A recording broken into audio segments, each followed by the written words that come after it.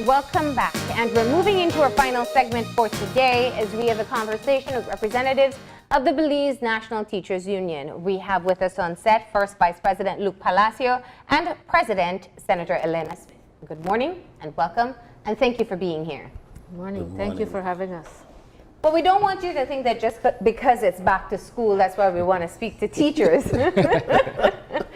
Because teachers work year-round. Yeah.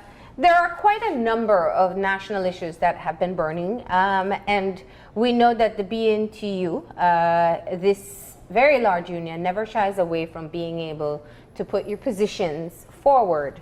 I just want to ask in terms of looking at what is taking place in the country, from the Senate Select Inquiry to the issues with Guatemala to other things that have been emerging.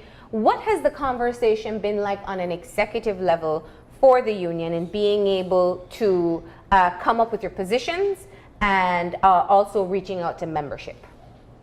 Well, as you are aware, Marlene, we do not have a full complement of our executive as yet. Yes. We should be having elections in the different branches starting today. I'll be heading to Corozal today. And then after that, then we elect our other officers. Yes. But for now, we have our national officers who are elected at the convention. And so for now, whatever we do, I would consult with the members who are elected. Yes. So that would be my first vice president, our secretary, and our treasurer. And so we make certain decisions. And if we need to go further, then we call a council meeting, which we're having one on Saturday. As you said, a lot of issues are out there.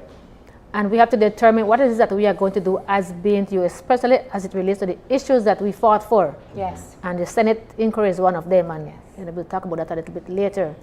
So for now, if you've noticed, we've seen us putting out a few press releases. I think another one should be coming out. And that's as far as we've reached so far, because we have not had a decision from our membership as yet. Yes. Now, I'm glad you brought up the stance of the union. We can hardly forget the very staunch position that the Belize National Teachers Union had on having the government address particular points, your 8-point agenda against corruption, one of them including the Senate Select investigation, the signing of the UNCAC, and several other issues. Now, I want to ask, because while we have seen a few of these issues come on stream, what is your mechanism in place in being able to monitor the progress? You know, it was a widely documented standoff between the unions and the Belize National Teachers Union and the government on taking up this particular issue. What do you do now in terms of monitoring? Well, again, good morning, and Marlene and Isani. Coincidentally, today is the anniversary of the letter that was sent to the Prime Minister on 12 September last year, outlining those 8 demands. We were able to accomplish quite a number of things, yes, and I believe that we particularly wanted to give the government an opportunity to make good on those commitments that they made to us on those 8 demands. We are not totally satisfied with progress that has been made because there are always stumbling blocks. For instance, we have the Senate Select inquiry into this immigration scandal that continues to really make our country look bad. But more than that, when this matter was demanded by the BNTU, no less than the Prime Minister was fairly adamant that it would not happen. We stood our ground, and as we move around the country now, people are saying to us, thank you for that, because the amount of things being revealed, the type of activities that these people engaged in selling out our birthright, I believe that any right-thinking Belizean must take this matter seriously. Because, yes, there may be those who have diplomatic immunity, can continue to travel, but the day will come, or may come, when their passport will be brought into question. We, the citizens who travel at different times, once you leave the borders of Belize, you become concerned what will happen to you because of this information that has come out of this immigration investigation by the Select Committee. But more than that, we have seen persons appearing before the Senate Select Committee and making a mockery of the whole thing. That really disturbs us at BNTU. Including government officials. Yes, well, High level. exactly. High government officials making mockery of this whole system. And so we believe more and more that it is time for the Belizean people to look at these things seriously. Don't just leave it to the BNTU. As we move around, we are getting our stories of hopelessness. Everybody telling you they are hopeless. Man, if all of us become that, where will our country end up? So we are saying, the Prime Minister has made his pronouncement, and I'm certain that Elena, not as a senator per se, but as president of the BNTU, coincidentally is also the senator for civil society and the unions. There's this pronouncement that after November there will be no more money for the Senate Select Committee inquiry to continue. We will have to look at that seriously. We believe that out of respect, because it was one of our demands, the Prime Minister should have called in the unions and said, look, I agreed to this thing. This is where we are. And these would be some of the reasons why we are not going to spend any more money on this thing. But that call for that Senate Select Committee inquiry to come to an end has been there for the past 3 months. So you have to look at it for what it is. Is this something that is preconceived? Is it something that you are now going to decide we're going to shut this down? It doesn't matter how the Belizean people feel. I don't think we will agree with that. I think if we added to that, if we can recall how many times it has been said by different government ministers and even by committee members that, you know what, I think we've reached a point where we can stop now. I'm ready to write my report now. And we've heard those types of comments being made, as Luke said, a few months ago. And so that was an indication then that people were getting enough and they were ready to call it off. And so while it is that as a committee we had suggested some names of who we need to call, and when we look at the names that we had who we want to call, we said, well, okay, let's see, how far this will take us, because we have to look at putting together the report as well. Yes. That did not include any persons who we might need to call back. Remember now, we had the Auditor General there, we had the director who was there, Ms. Marine was there, and we had said that if there are persons that we need to call back, then we would call them back. And so there is no time or sufficient time given then, if we use the November date, for us to recall, if you will, these persons to see, there might have been things said from other persons who came there that we need to clarify before we put a report together. Well, I think for the entire public who've been paying attention to the inquiry, we have seen where earlier interviews have revealed some information, and then you have other persons come and totally contradict that information. So there is even less clarity than when you first started, while we have our assumptions to make, especially based on how people represented themselves in these in the investigation. There still needs to be, and I hear your point on that, a further investigation to really understand who is telling the truth and what really took place. Now, my question is, I think Luke brought up the fact that we saw some very hostile reactions to being interviewed, and it was live on TV. Everybody saw it. We saw the reactions. What confidence can the people have that they will be able to get answers from these people? If we go based on what we've seen thus far, I would expect that people would not have any confidence. I mean, I'm being honest. But at the end of the day, there has to be some light, some belief that something will come out of it. We cannot be going through this entire exercise and nothing happens. And it's going to happen if the public, if us as a people, if we are out there making noise and say, listen, this has taken place, we've seen what has happened, and something must be done. I don't want to seem cynical. Perhaps I'm only mirroring the position or the sentiment of other people out in the public. The fact that from the beginning you have members of government, these are elected era representatives turned ministers with respective portfolios and what have you. The fact that they, prior to even this particular inquiry being held, go on record and say, well, nothing not happened out of it anyway. I mean, the government will fund the exercise and will go through the motions and everything.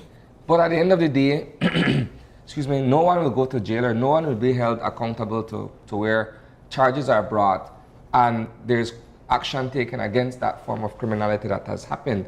So you do have people who believe as though this is an exercise in futility. That at the end of the day, you guys as the senators who are appointed to that committee, who are tasked with investigating and asking these questions, excuse me, every Wednesday, at the end of the exercise, what do we show other than recommendations to be made to avoid a recurrence of such activity? Well, remember at the end of the day though, after we are finished, is the DPP who makes that determination. And so we have no control over that. And all of us, we are all seeing what has been revealed. And that's why I said the people must put pressure.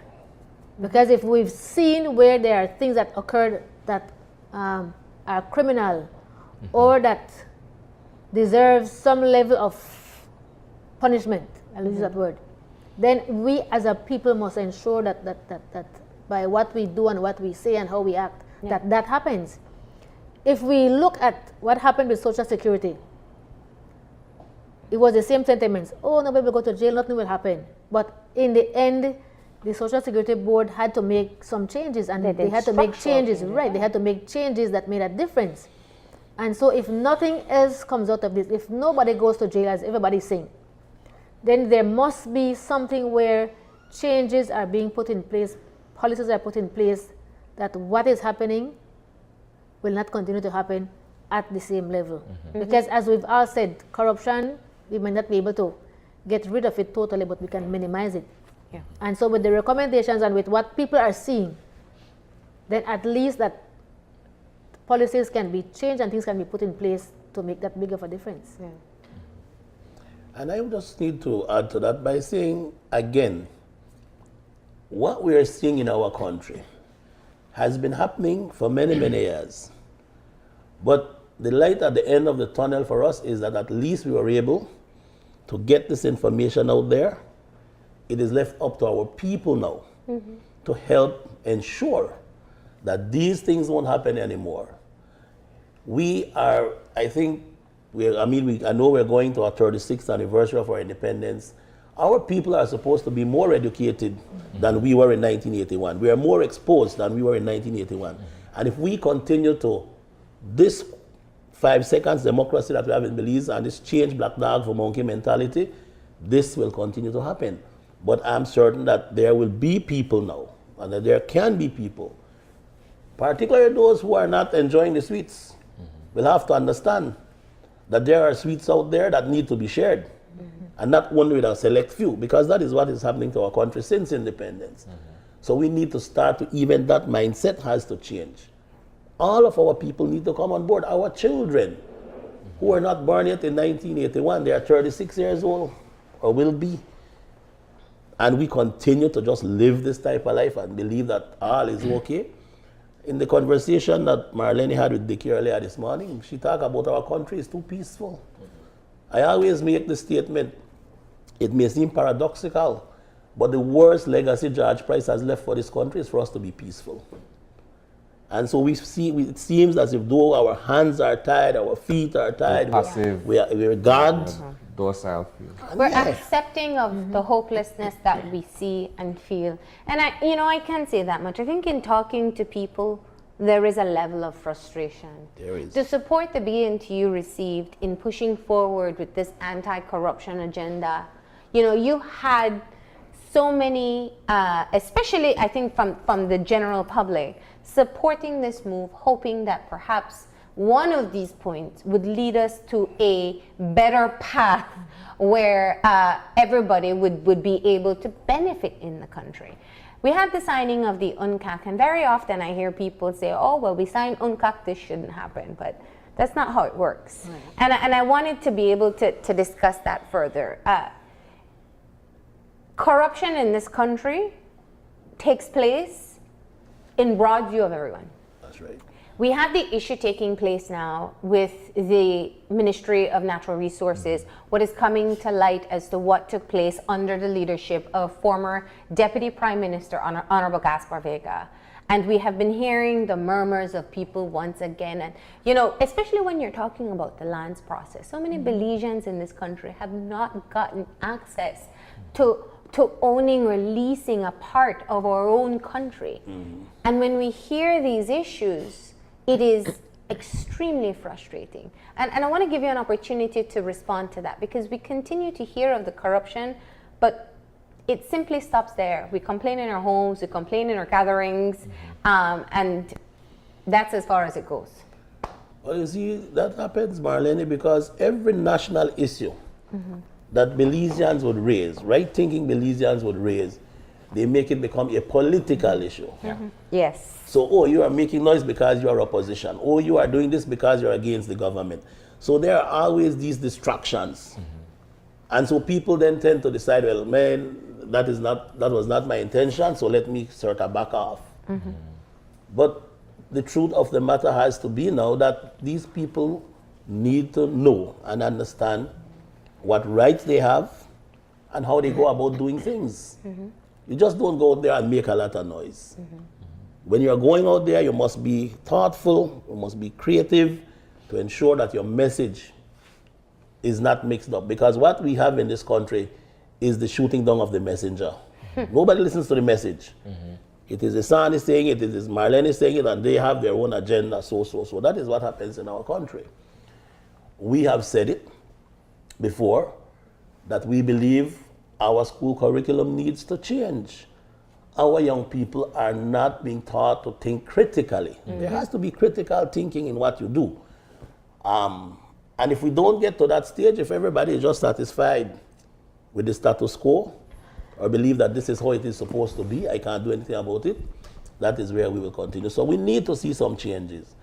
We have clamored to begin with, even in our social studies curriculum, we have said we need to split up that curriculum so we can teach a history of Belize, we can teach a geography of Belize, and we must go back and teach civics. Yes.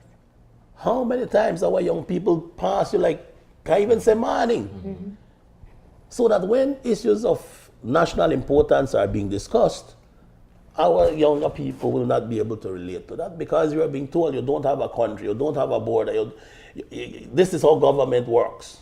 And you believe that this is how government should work, which is definitely not so. So yes, there are many questions that deserve answers, and we need to try and work towards those. Yeah. Let me just push you a little bit further, because I mentioned it and I didn't get to the question itself, which was the signing of the UNCAC. It was a very important step. We applaud Prime Minister Barra for being able to sign on to the document, but the signing of the convention is not sufficient. I know there was a committee set up to be able to establish all that is necessary. What is the involvement of the union in that commission, and where are we now following the signing of the UNCAC? Well, we have not had any involvement as such. We had a meeting a few weeks ago with a gentleman, and they are trying to put together this a steering campaign committee, you know, to go out there and I guess put the UNCAC forward. But beside that, we have not had any other interactions. We have written a letter to the PM. We've penned a letter to the PM, asking him for some updates on all of these issues. Because before we get out there and we speak and we say things, we need to know exactly, you know, what they've done thus far, you know, where we are and what needs to be done. And so we've penned a letter that we'll be sending to him to ask formally for an update on all of these matters, the PAC, the UNCAC, Integrity Commission, all of these matters that we, and then from there, then we will be able to determine what will be our next move or what will be our next action.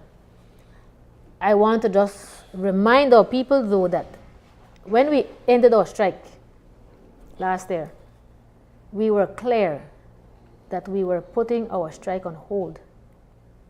We did not say that we would not be striking anymore, or we wouldn't be taking any more actions. We said we were going to put it on hold. And so depending on the responses that we get from the Prime Minister, and depending on how far they've moved with these matters, then we will determine what actions, if any, we would need to take. To go back a bit to what Luke was mentioning about being able to look at certain issues and being persistent in trying to have those issues addressed.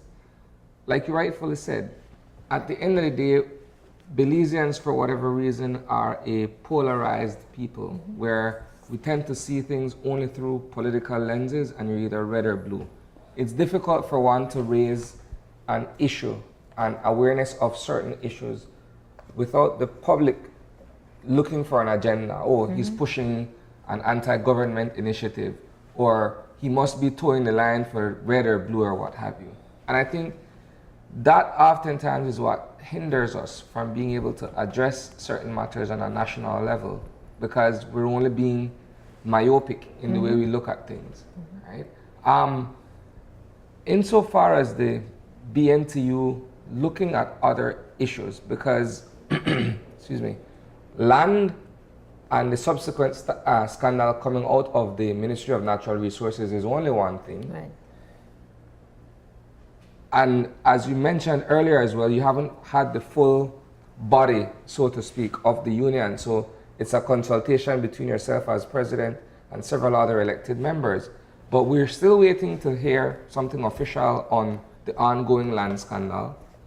There is also the recommendation to have a new justice of the Court of Appeal come on board, and the Bar Association has been the first to come out and say this person isn't aptly qualified to be able to sit on the bench and adjudicate as a Court of Appeal judge. We're waiting to hear from the other social partners now, because I think it's an issue that not only the opposition needs to weigh in, as the leader of the opposition being the only other person that the Prime Minister needs to consult, but we would want to get some weigh in from the business community, from the religious groups, from the unions as well. And I agree. There's also, for instance, the issue where Marisol Amaya, as a member of the media, got physically assaulted last week, and we would want to be able to hear from some of the social groups to be able to put their sentiments forward in terms of all these issues that are taking place. And as you rightly said, it's not only the public that looks at you in a certain way when you raise certain issues. We have to understand too that those reactions or those questions come from within as well. And so as leaders, we too have to be very careful, because if it's something that, for example, the opposition raises, and right after we put a press release out, see, they're PUP, and so we ourselves hear these things. We've put out a press release on the matter of the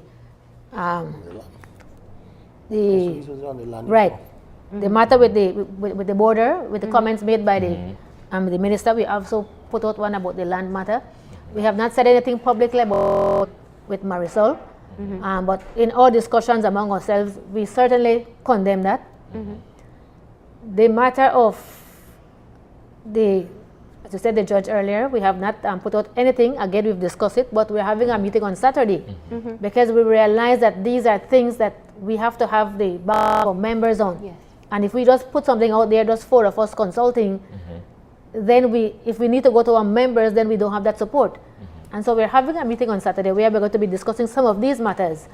Specifically, those that you raised, the matter of the Senate inquiry, the matter of our 8 demands. We're going to be reviewing those and see what steps we are going to be taking. And so we have to understand that the BNT.U works through its membership. As leaders, we don't make decisions on the spot. We have to always be consulting, and it might take some time, but we want to ensure that when we put something out there, it is something that our members will. We have to take any move if we have to respond to anything. we can say our members give us that mandate. And in relation to the issues you raised, these bodies that are more knowledgeable, in other words, who are directly affected, would also need the to bar. educate Yeah. us and educate the public as to why and how and what support they are seeking. Because, for example, on the matter of the judge, the Bar Association is the fitting body to raise the issue, but we believe that they should also be able to include us and educate us why it is, how that whole system works. You see, because what happens is that most times we've seen where government will go and interpret a law and use that. And that's the end of the story. They will conveniently use a particular segment of the law to say, but like you said, the Prime Minister consults with the legislation, and if that's the way it is to be done, that's the deal, that's the deal. The Bar Association are the persons who have the knowledge to say, well, look, these are the big grounds on which we are objecting. Yeah. These are some of the other laws that we can cite, and we're asking for your support. We have, for example, like the President just said, one of our 8 demands was for coverage of Social Security to and from work. The Prime Minister agreed. We agreed to that. What is Social Security doing now? Increase Yes. the bandwidth for contribution. So every time there is some progress made, there will be some other distractor that will take you away from that which you should be focusing on. Yes. And we've asked Social Security for a meeting to discuss this increase for the past 5 or 6 months. We are saying, simultaneously with that, we are asking that you fulfill this request or this demand. And it seems as if though nobody cares. So as Belizeans, again, we're saying, we need to be focused. Yeah. We need to remain resolute. Otherwise, I game continues. appreciate that last point, because I think even in our conversation here, there's so much to be covered when we're talking about national issues. And we can start with the Senate inquiry that's into immigration, into what is unfolding when it comes to the natural resources and what has taken place there. You mentioned a very important, crucial point, which is the increase in contributions, which people are concerned about as well, and that has a more widespread effect. And in going back to your 8-point agenda, also brewing is the conversation about the Public Accounts Committee. And we have seen the Public Accounts Committee and the opposition has come in to show their support, rallying for, one, the hearings to be public. Not the hearings, the meeting to be public. Secondly, the question as to what will be first addressed by the Public Account Committee is also on the table. And I want to get your reaction to that, because it's a part of your original 8-point agenda. yes, a properly constituted Public Accounts Committee is something that we had lobbied for, one of the demands. And I think that basically there was agreement as to how it would work. But we're also hearing rumblings that once the government majority decide that it will not be public hearings, then we're back to square one. Yeah. What is your opinion? You believe it should be public? Yes, I believe it should be public. It needs to be public. One of the things we keep on saying, and as I prepared to come on the show, I said to myself, you need to make people understand, and we need to make the government understand, this is the people's money. Don't you come and tell me I will stop spending here, we will cut spending there. You can't justify it. It is not your money, but yet we see you spending lavishly on other things. That cannot continue. You talk about the state of the economy. You're asking people to make sacrifices. Yet every opportunity that comes, you're going to put out a release that you're going to increase the cost of fuel. And people just sit there and take that. Once the cost of fuel goes up, the cost of living goes up.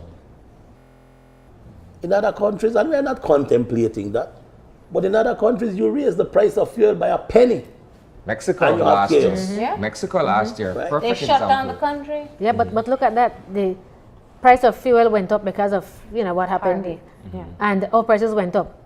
But when the price of fuel goes down, our prices we don't get go that. down. Yeah. So how is it that it only affects us when it increases, and there's nothing for us when it decreases?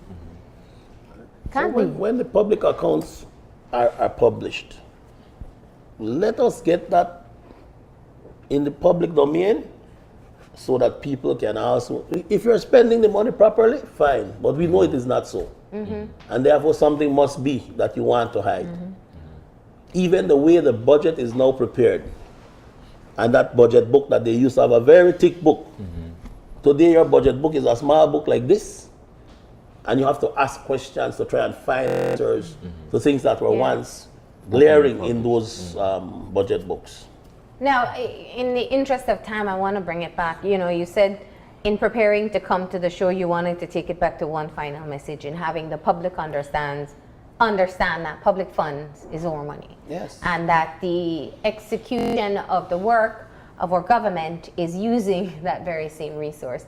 With so much happening in the country at one time, and I know the most pressing issue seems to be extending the Senate investigation to get a full report, or to be able to put together a full report as to what took place at immigration. You're entering into elections for your executive. What will be the next step for the unions? What's on your agenda at this point after you've gotten your house in order or your executive established from that point forward? Well, one of our first tasks has to be to review our demands, see what progress we've made, and make contact with the relevant authorities to get answers. Following that, we need to go to our membership if we believe that certain issues are not being satisfactorily addressed. And we know of some of them already. For instance, we had the meeting with I guess it was a consultant, UNCAC. The guy came, asked a ton load of questions and couldn't say, so where do we go from here? He said, I'm only sent here to ask some questions. Just a consultant. Just consulting. Money is being spent on consultant when we know the answers to some of these things. We don't need any consultant to come here and then tell us what needs to be done. We are saying there are blatant signs of blatant corruption. What does it take to get from the signing of this UNCAC into passing it into law? That is where we're supposed to be concentrating on. So we will have to hold the hand of the government to the fire in many of these demands that we made. It cannot be like a pronouncement made by one minister last week, that when he goes to sleep, he has nothing to worry about. Thousands of Belizeans go to sleep wondering where the next meal is coming from, where the next dollar is coming from. How will I get my children to school? Those are the issues for the young people, and we need to have that discussion. As Luke said, when the letter is sent and we get the response, that's going to be our first matter. We have to also look at, for us as an organization internally, our strategic plan.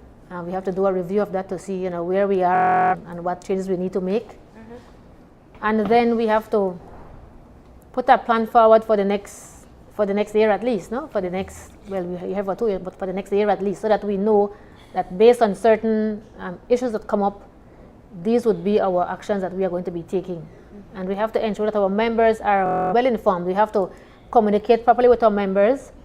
We have to educate our members, and those are my platform, that we need to educate and we need to communicate with our members. Our first vice president here is responsible for education and training. And so all that we do as it relates to education will come directly through his committee. They will plan those activities and those topics, and then those come to council, and council would approve, and then we go from there. And so it has to be where we go on this education and communication campaign, and as we said, to review where we are and what needs to be done. Well, we appreciate you stopping in and providing some insight as to the union's perspective on some of these national issues, and we know that we will be hearing from you once again. We appreciate you being here. Thank you. Thank you very much. We're going to go ahead and take that final break now, and when we come back, we'll have our wrap-up, so stay tuned.